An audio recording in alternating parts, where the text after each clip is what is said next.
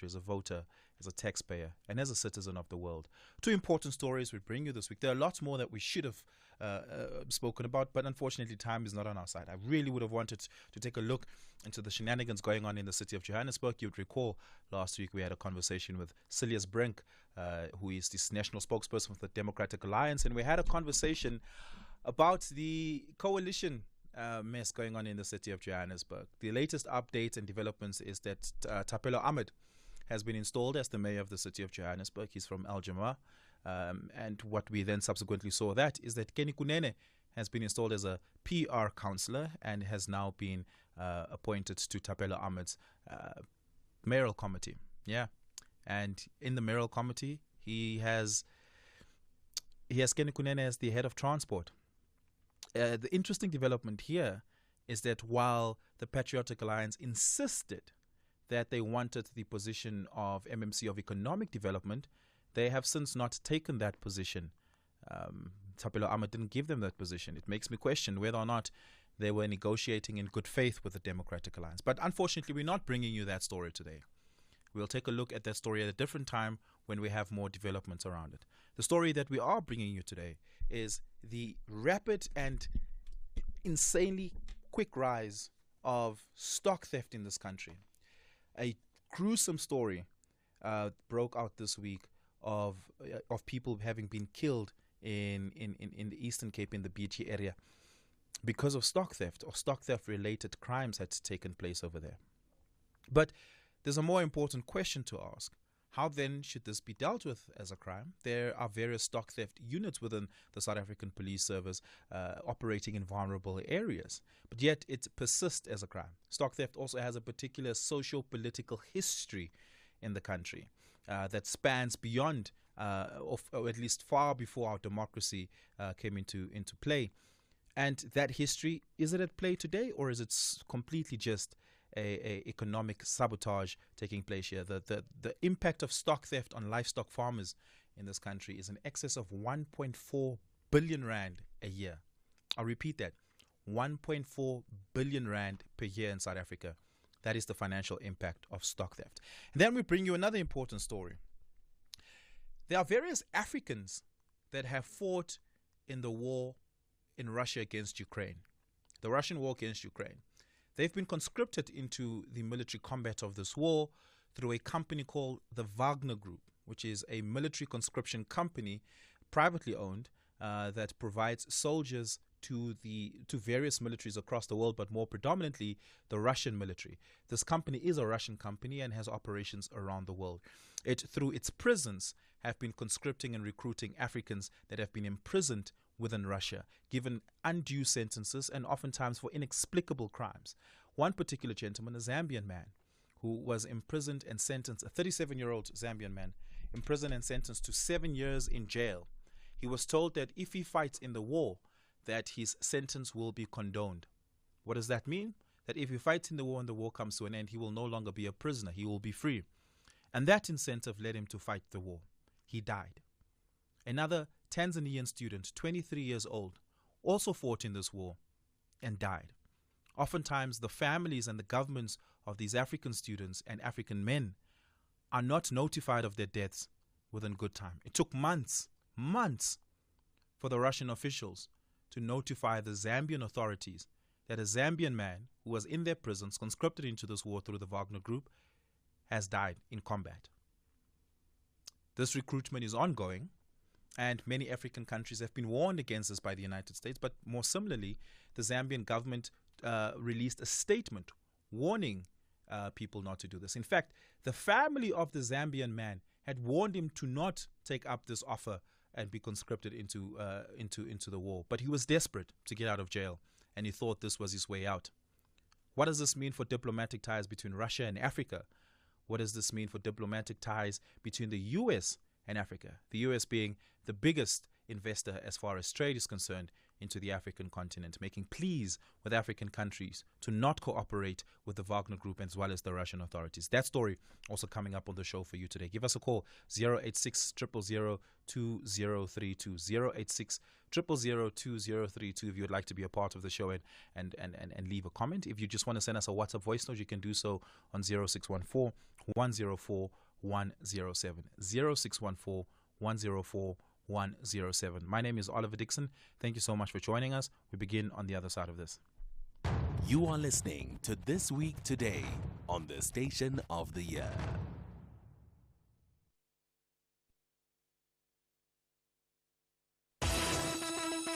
SAfm Sunrise. Is there any kind of way that you go about trying to make sure that police officers are actually actively working to get that trust and that respect back? Yes, we do have a program in Gauteng. Every Wednesday, all station commanders must have what we call it the stakeholder engagement and continuously have a meeting with them and also to listen to those communities concerned. Commissioner, thank you very much indeed. Lieutenant General Elias Mawela is the Police Commissioner in Gauteng. SAfm Sunrise with Stephen Grootes, 6 to 9 a.m. SAfm Sport with Thabiso Musia.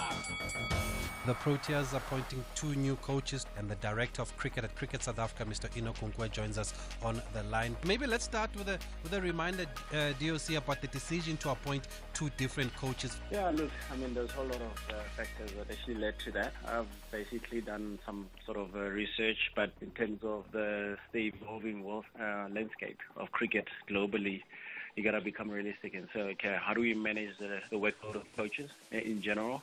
I mean, for us, it's about having specific focus. So having a coach that will be able to focus specifically on certain formats. And we needed 2 separate coaches that really can be well invested.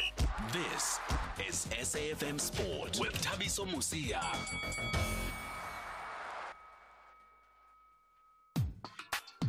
Oliver Dickson on SAfm. 086 000 2032. That's the number to dial if you'd like to give us a call. You can also send us a WhatsApp voice note on 0614 104 107. In our first conversation about the livestock theft story that I want to bring you today, we're going to be speaking to Nkosi Mwelo Nonkonyane, who's from the Eastern Cape branch of Contralesa, the House of Traditional Leaders, and he's the Contralesa provincial chairperson over there.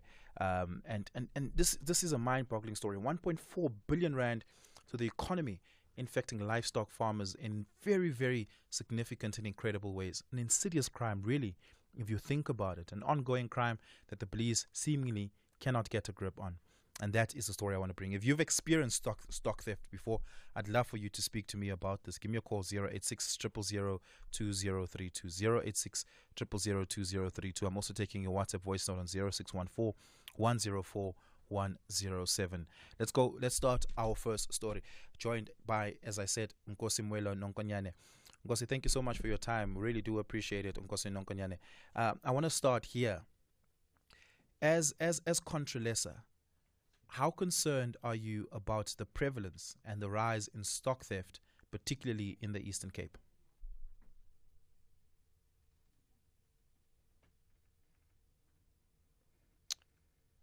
Seems like we don't have Nkosi Nonkonyane on the line. Seems to me like we have technical difficulties. Let's take a quick break and see if we can sort out our lines. We do have him now. Let's see if we can get that to be connected. Nkosi Nonkonyane, thank you so much for your time. Really, really do appreciate it. I'll start there again. As Contralesa, how concerned are you about the rise of stock theft and its related human cost in the Eastern Cape? Various stories this week of people having been murdered, shot and killed in the pursuit of stock theft. How concerned are you about it? Well, we are short of words to really express our concern. Very, very concerned. And the callous killing of women and children and everyone else, the young men, is really devastating. And hence, we are conveying our sincere condolences to the bereaved families, and also, of course, ask our community to help police to find the culprit, because this must come to an end. As Contralesa, of course, you're concerned about what this does to particularly rural communities and rural families, where stock theft is perhaps the only economic liberator and lever that a lot of families and communities have in rural South Africa. Have you engaged the provincial leadership as well as by provincial leadership here, I mean the Premier, Oscar Mabuyane, as well as the provincial commissioner, perhaps even the National Commissioner of Police, on curbing stock theft? Oh, yes, many times, in fact. And I may dare say that the institution of traditional leadership, as well as our provincial and national government, were actually on one page. And as far as I remember, some years ago, we even did launch the traditional policing at Nadu Great Place, and where the national minister was there in person, and I was also there, the premier, when we launched this program. And it is unfortunate, of course, that this program is not visible on the ground, because we thought that it would help us a great deal, because the CPF, they don't have the resources, they don't have necessary training, and some of them are not screened. And there are also emerging some groups called Masfunisane. In other words, people who are concerned about the prevalence of stock theft in our areas. But we find that because they are not screened, some of the thieves themselves are part of that. Hence, we wanted really machinery that will work hand in glove with traditional leaders in traditional communities to make sure that the people who are participating in policing and even detecting of these crimes are people who are well known to us, that could be trusted by us, and that could be able to deliver. I know very little about stock theft. I grew up in a part of the country where this is not a prevalent crime, because, livestock farming, for instance, isn't as big an economy in Gauteng as it is in other parts of the country. Is it opportunistic crime? Or is it organized crime with sophisticated, well-known syndicates sitting behind it? Oh, indeed, it is sophisticated. It's like the bank syndicates in your part of the world. And you find that there are people who are well-trained. And with us, there is also some thieves from the neighboring Lesotho, for instance. And hence, the police have specialized units to deal with stock theft in the province. I dare say maybe in the country, but in this province, because really it is the only economic activity that we can rely upon. Besides that, it is also cultural, because we also perform rituals by actually slaughtering goats, cattle, and also pay lobolo. This is really the way of life. Yeah. Hence to us, really, when you are stealing, you are really killing us alive. Hence, the people are actually very, very angry, and they sometimes take the law into their own hands.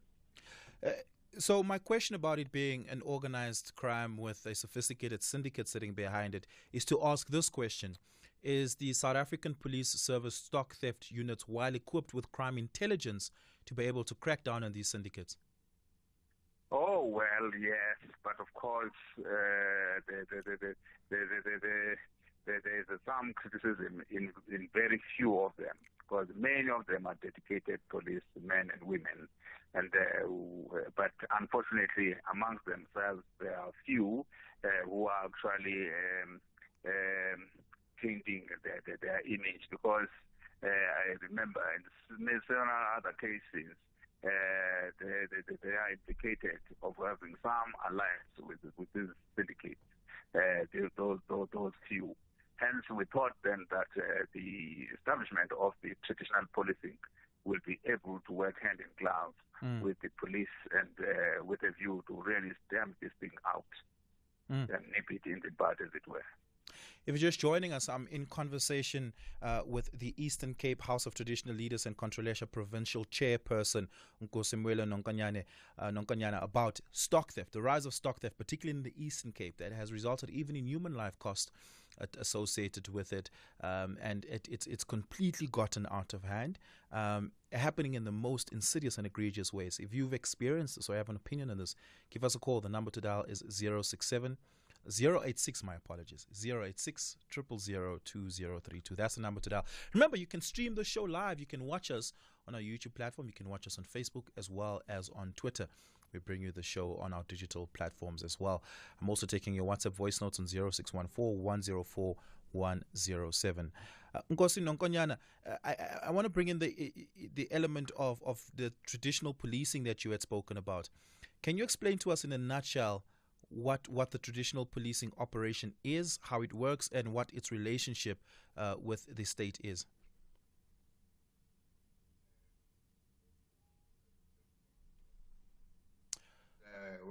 I remember the National Commissioner was here in the province. We then said, we had been, in fact, in Botswana, for instance. And if you have been in Botswana, you can leave your car with the keys. And traditional authorities are equipped, and there is no thieving, you see. And precisely because they have got a model of this traditional policing, and they are working very, very well. Hence, then we agreed that they should undergo that study. And fortunately, our national government did undergo that study and then said, no, let us pilot it in the Eastern Cape. And they did deliver. I think Honorable Minister Cele himself was there, and the late King and myself, as well as, of course, our Premier. We launched this. But unfortunately, as I say, and ever since it was launched, it's not visible on the ground. We've been made to believe when we're following it up that because of scarcity of some resources in the police, they then took those mobile police stations to some other stations. Oh, it seems like the network is just cut down there, but let's see if we can get you stabilized on that network line.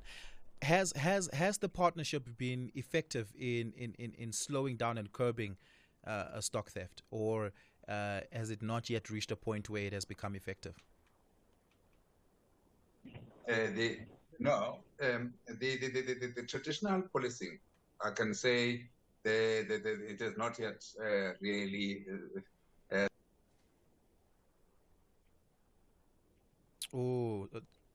Nkosimwelo Nonkonyana, it seems like you have. Oh, there we go. Can you just repeat that quickly? Your line was muted there for a second. Yes, there are people who are interfering with our line here, and once again, it seems like there's an interference with that line. Do you mind just unmuting there? Hopefully, we can hear you now.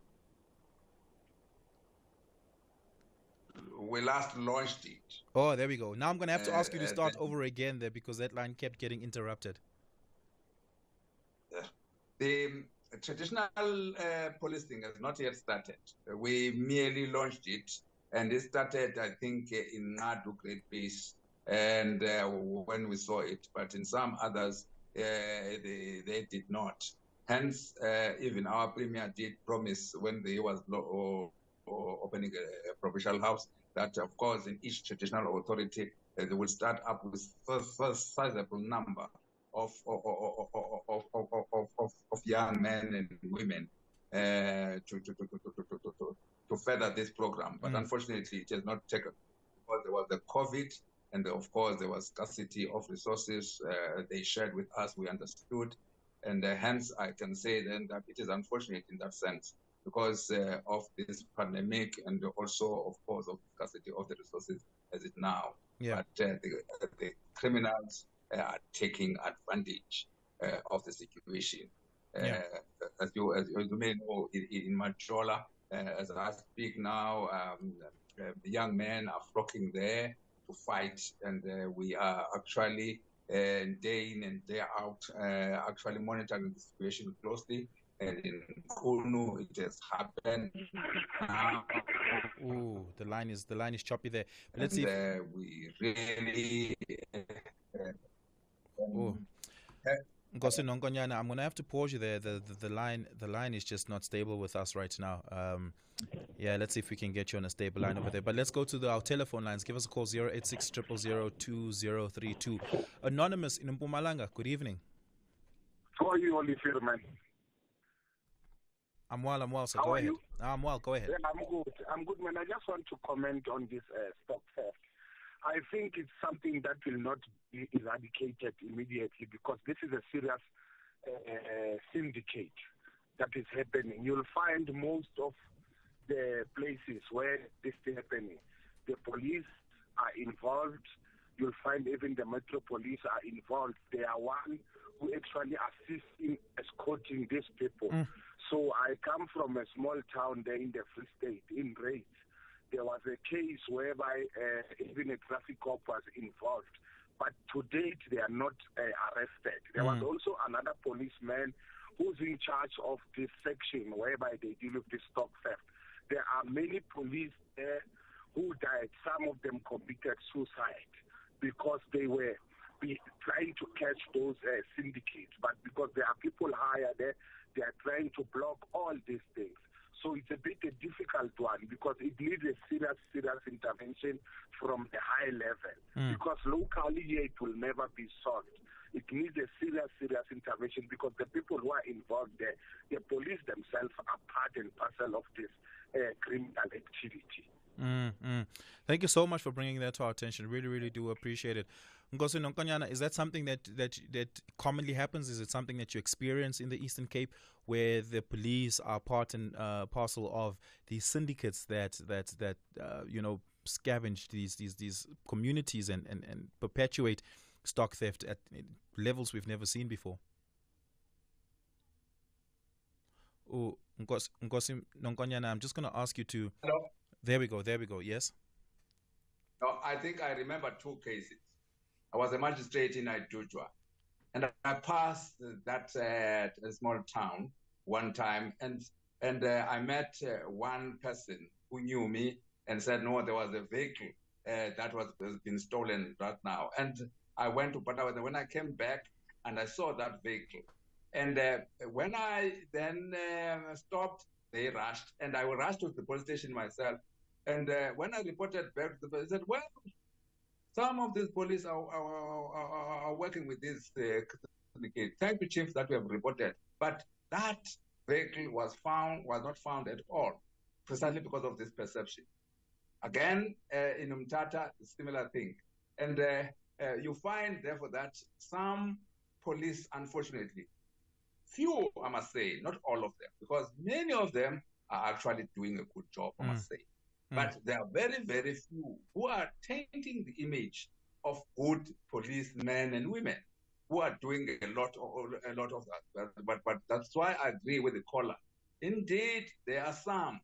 You can even go with bank highs to find that there are good policemen, but there's one few. They are part of this syndicate all over. Murder. In the murder squad, some tiny few. I don't know how can we help Begitele's department and really to get rid of these people. How are they so that the intelligence can just monitor them like a hawk, because they are actually doing disservice to a good work by many policemen and women in our country. Yeah. Give us a call, 086 0002032. Back to the lines. Khatebe in Escort, good morning. Good evening. Good evening, sir. I'm very much touched about what you are talking about. Here in Escort, I'm sure Baba Nonkonyane knows as well. Escort, the whole of Escort, especially Emangweni, Loskop, Dabamsopi. Recently, we buried an old lady. She an old mama, actually. She peeped through the window. They were taking the cake from the crawl, and she said to them, but youngsters, I can see you. They turned back and shot her on the head with a youngster of 3 months. Then they took all the cake. Baba Tele knows that, and we are dying in Escort for that. And we even tried to go to as far as Kenya to find out what, because it seems they had the very same problem. some of the guys, they told us that no, at times black people have to look at this as a sabotage. They told us that we black people had the Ngoni type of cattle. Today we have nothing. Go to the white farms. You find those cattle, which they never had before. Why don't we look at all those things? So what is going on with our lives? Because that is the only way of black people in rural areas to survive. Today, if you want an Nguni cattle, you will never find it in any of the households. But you will go to buy to a farmer somewhere. They never had those cattle before. They have butchers, they have butcheries, they have everything. This thing must be looked at deeply. And then on top of that, our black people, police as well, they are also not helping. Ubabutele doesn't even help. He comes, flies to a Loscop, goes there, the next day people are dead.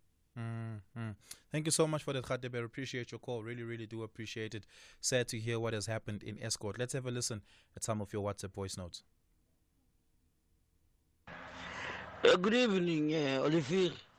Maybe if that is the truth that those people who were shot, butchered in the tavern in Eastern Cape were drug dealers and the stock theft, yes, it's okay, because that's how we combat crime. Here in South Africa, you cannot just go alone at 10 o'clock. Even during the day, maybe crime is so high. People are being butchered daily. Police must change to be police force, not police service. Thank you. Hi, Oliver. It's really here in Kuma, Stilfontein. Just ask your guest there. Following the level of crime in our country. So, come maybe the time we will be given land to farm on our own. So, this theft, will it be abated, easily abated by the police? The police who fail to abate the level of crime now. So now, how are they going to curb that crime during those oncoming years, when people will be having farms and farm as they please all around the country? Thanks. Hello, Oliver there. Yeah, traditional policing is effective, and I am from Zimbabwe, and this is used quite often within the communities, remote communities, and they are called Ndindambata. If you ask a Zimbabwean Ndindambata, they would understand what you mean. And usually they are not, equipped though with weapons of any, but they're given the authority to arrest someone. They can tie them and bring them to any nearest police station.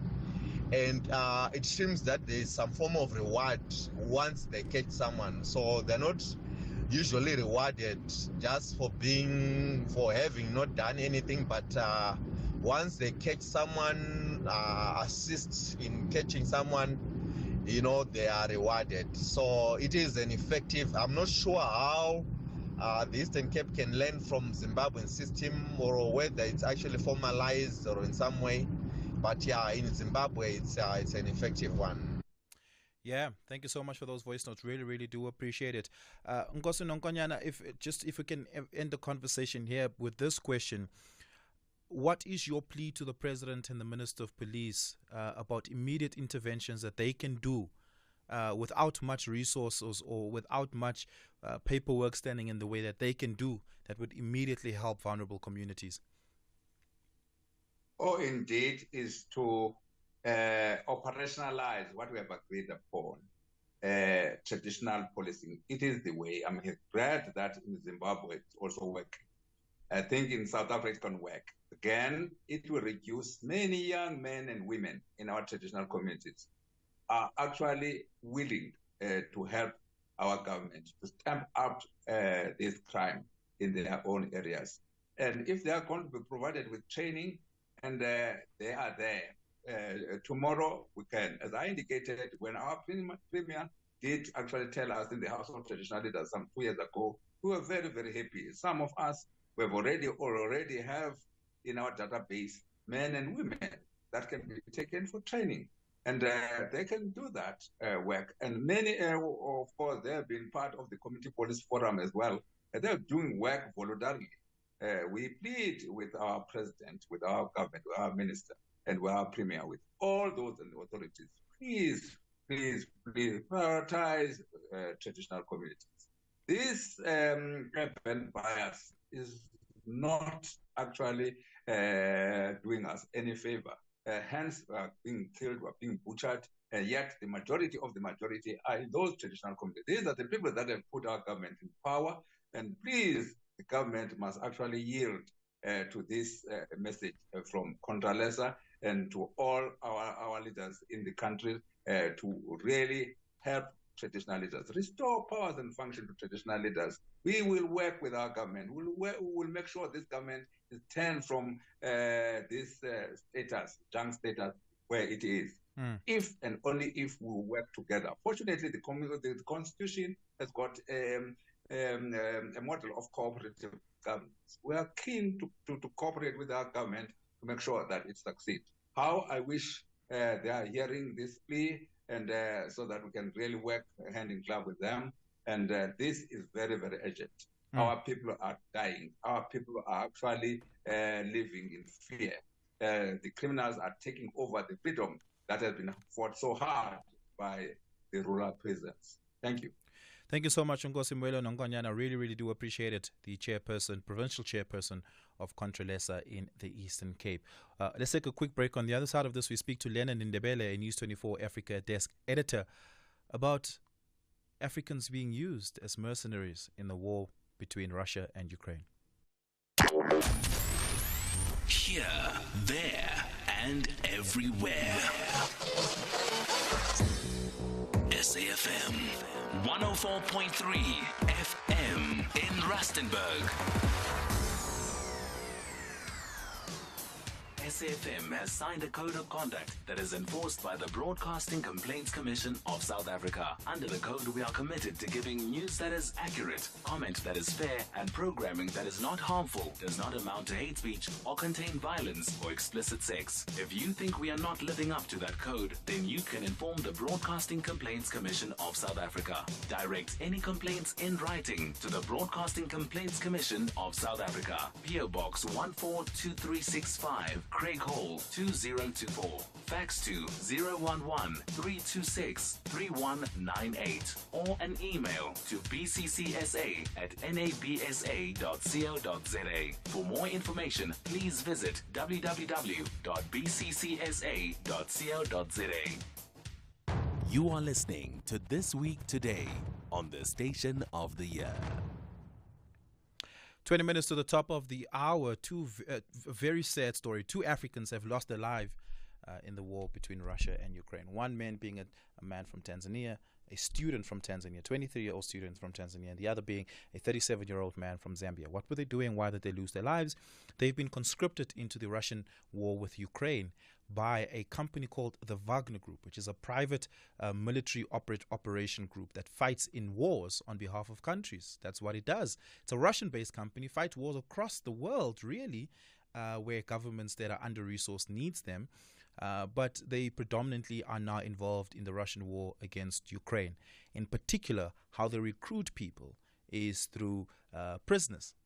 Africans that have been imprisoned in Russia in particular are offered pardons or condemnations if they agree to fight in the war between Russia and Ukraine. But they die. That's what happens. They die. And when they die, their families don't immediately find out about it. It takes a while for them to find out about it. In particular, a Zambian man by the names of the Zambian national, the 23-year-old Zambian national that died is Lemekani Nyirenda, 23 years old. The man from Tanzania, the 37-year-old man from Tanzania that died, whose family was only told much later into it. His name is Nemes Tarimo. He died. And many more Africans are being offered these deals. Zambia warning its people against it.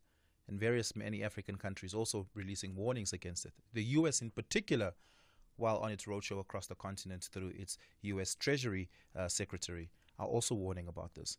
And I'd like to hear your views on this. 086 000 2032.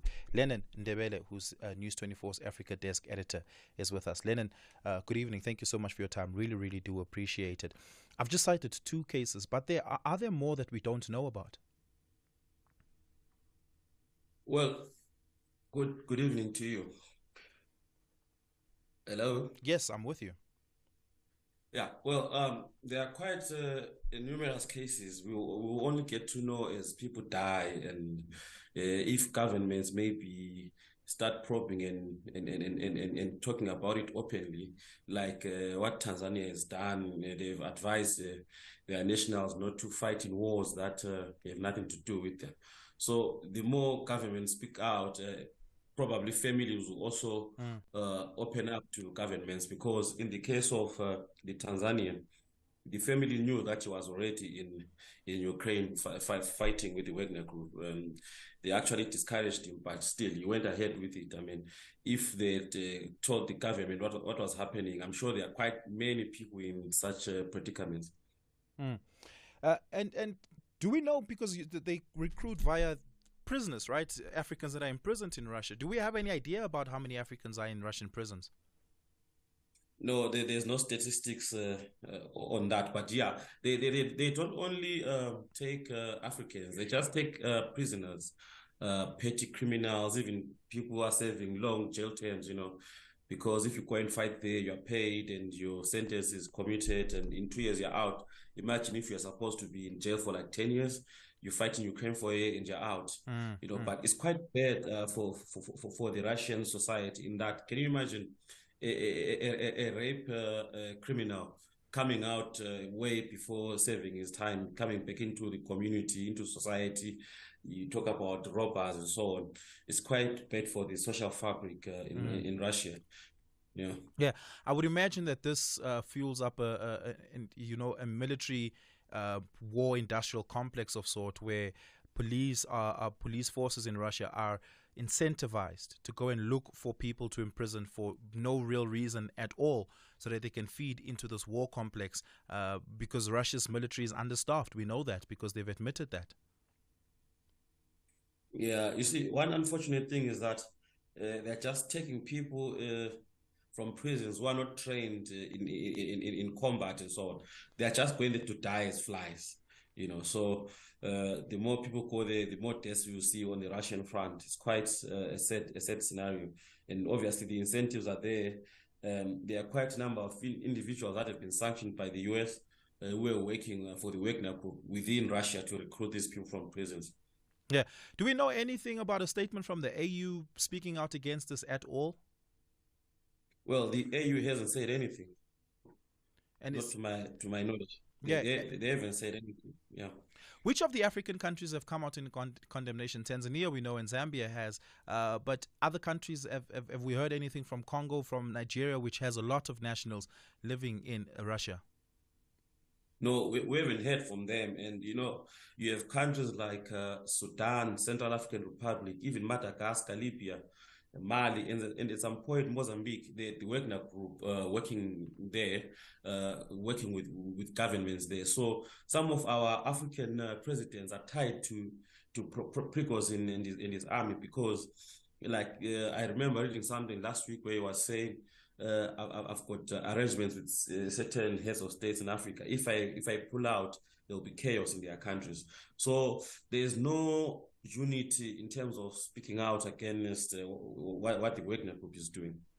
So I'm going to need you to repeat that, because this sounds like a chaotic state of affairs. Certain African presidents can't say anything, can't send out condemnation, because they're dependent on the Wagner group in their countries, conducting military operations. Yeah. Especially Mali, because in Mali and the Central African Republic, the government is using the Wagner group to oppress the public. I mean, to to resist some form of change from the people. So there's some sort of an enabler of power retention, so to speak. There's complete chaos here. Can you describe to us? This guy. Sorry, can you describe to us what the Wagner Group really actually is? Well, they are soldiers of fortune, a paramilitary outfit owned by a friend of Putin. I first heard of them in 2014 when they were in Crimea. So basically what these guys do, they come into Africa, they work with governments, they are paid through mining concessions and so on. So that's how they manage to avoid American sanctions. If their ability to mine gold and smuggle it out has kept many oligarchs in Russia afloat while avoiding Western sanctions. Yeah, but the U.S. is now threatening sanctions against governments that cooperate with the Wagner Group. Yes, actually, through the Russia Malign Act, but that law hasn't been passed. Remember, there's a lot of resistance coming from Africa because we're now in a multipolar world where Africa is like, okay, fine, let's take what works for us all the time. So, like you saw the Russian Foreign Affairs Minister being given an audience when he came to Southern Africa last week. So really, America is caught between a rock and a hard place in terms of sanctioning anyone who works with the Wagner Group or Russia, so to speak. Is there an appetite within Congress to expand sanctions against Russia? Yes, certainly there is. Give us a call, 086 000 2032. Let's go to the lines. Miles Budu out in Johannesburg. Good evening. Look, my brother, are we talking about the same Russia that we were told most of our liberation fighters went there for training to overthrow an apartheid regime where they let prisoners go out and die instead of doing their time and come out being rehabilitated and reintegrated and go back to their countries as law-abiding and useful citizens? Or is it another Russia? It's the very same Russia, yeah.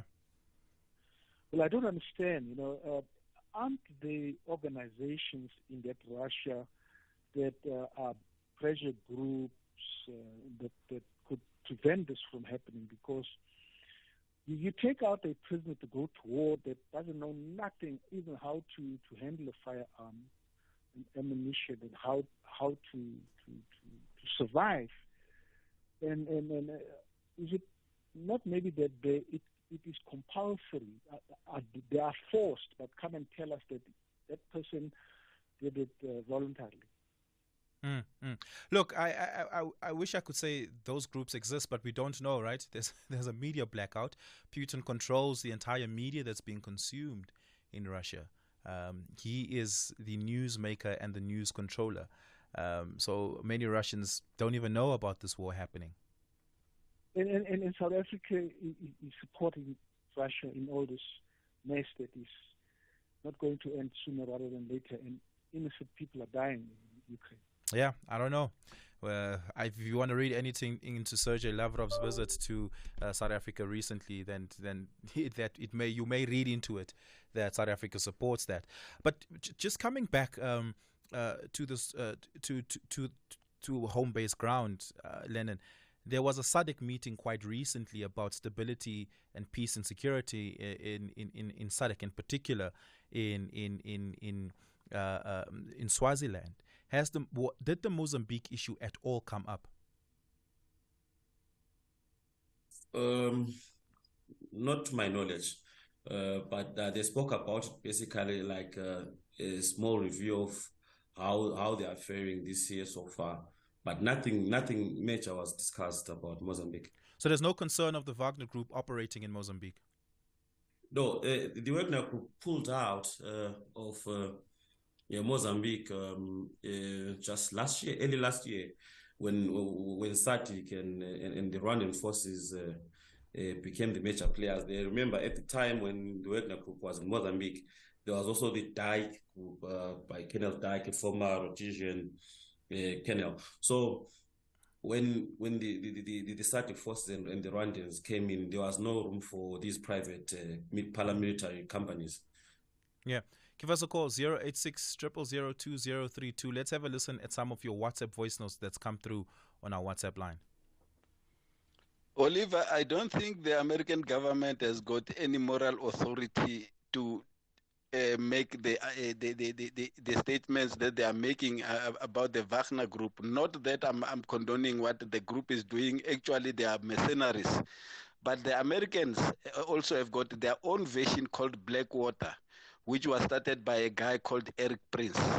It does exactly the same, and it had a branch as well here in this country in Cape Town.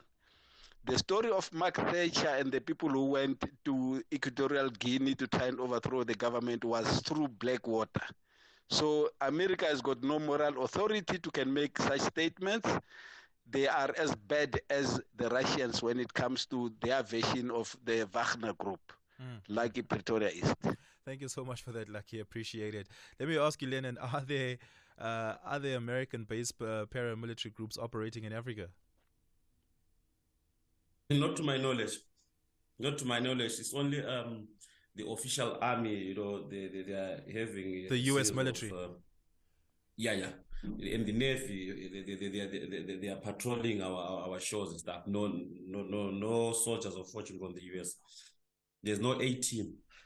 Yeah, so to speak. And European paramilitary groups, do we know of any of them operating in Africa?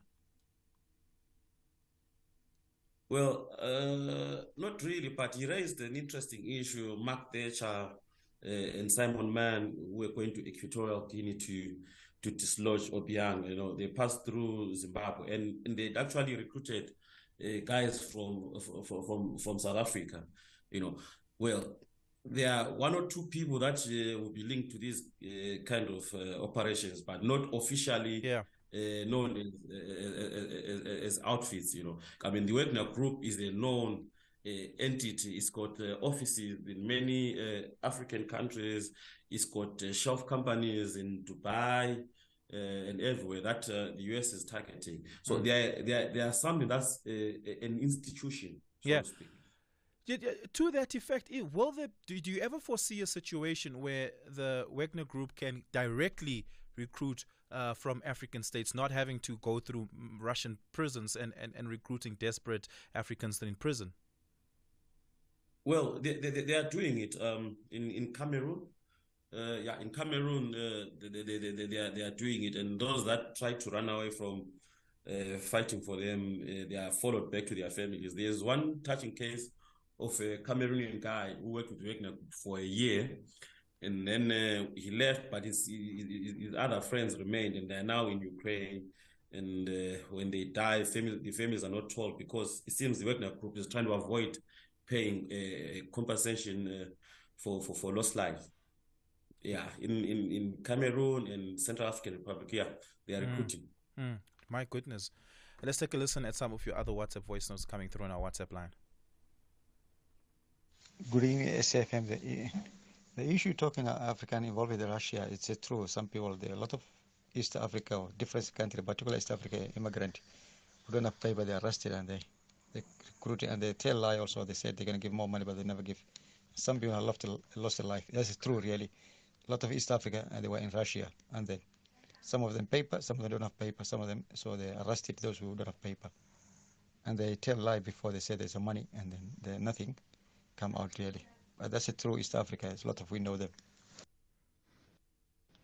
Oliver, if those people, they are going voluntarily, they're going by themselves to join Russia to fight, it's not a problem. We can see the video. There are people are coming from France and many countries to help Ukraine to fight against Russia. If someone also is feeling that he can join Russia to fight Ukraine, that is his choice. There's nothing wrong about that. But the problem, the way they are forcing the one who are in prison, but joining Russia to fight, if you want, you are willing to, there's no problem with that, because not everybody see Russians like evil. No, Americans, they are evil. They are the one who are making Africa to be uncomfortable. Thank you. South Africa had also a mercenary group called Green Grass, which was joined by most of the former Special Forces 5 reconnaissance members. Kanjo. I don't know about that. I'll read up on that. First time hearing of that, but thank you so much for those voice notes. Really, really do appreciate it. There is a sentiment across the continent, Lennon, that America is an evil and a plague to the continent, right? But does that sentiment allow African presidents, heads of states, and even African citizens to lend sympathy to Russian and the Russian campaign in Ukraine? Well, I think for us to understand why African heads of states are somehow sitting on the fence or supporting Russia in a way, we have to look at like during the colonial era, the USSR was very supportive of Africa in terms of the decolonization agenda. Yeah, so basically, we are caught between African countries that are enjoying aid coming from the US and military support coming from Russia, especially these despots who are in power. They are kept in power by people like the Protestant and the Wagner Group.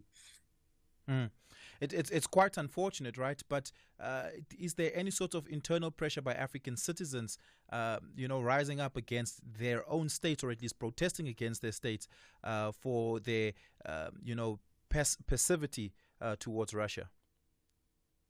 Not at all. It's not an issue Africans think about, that African households care about? No, not. There hasn't been anything out there where people actually demonstrate or vent their anger and so on. But what is there is we find these Russians taking over in Mali. The French forces and the UN peacekeepers are supposed to be out by June. Yeah. In Mali, the junta in Mali is working with the Wagner Group, and this influence is spreading in the Central African areas and even West Africa, so to speak. So basically, these leaders who don't want to be accountable are the ones that are enjoying working with the Wagner Group. They shy away from a rules-based world where everything is done constitutionally. There's transparency, strong institutions, as you call them, and so on. So basically, despots are the ones that are working with these guys. But unfortunately, in their countries, people can't stand up. I mean, freedom of expression in Africa is something of a pipe dream in many countries, Yeah. Lennon, thank you so much for your time this evening. Really, really do appreciate it. Lennon Ndebele, who's the editor of the News 24's Africa Desk. That brings us to the end of the show. Thank you so much for your time as well. Really, really do appreciate it. From myself and Lisiko, as well as Lyle, standing with us to this evening for the first time. We thank you. We're back with you next week. Cheers. Independent and impartial. This is SAfm News. Durban Mayor survives confidence vote and the presidency speaks out of a SA tourism sponsorship deal. Good evening. The ANC's managed to defeat a motion of no confidence in the eThekwini Mayor Mxolisi Kaunda at a council meeting underway in Durban. The motion was filed by a councillor from the Active Citizens Coalition. The EFF voted with the ANC to secure 126 votes against the motion in the council of 215 seats. The ANC managed to retain power in the metro with the help of a coalition of smaller parties after the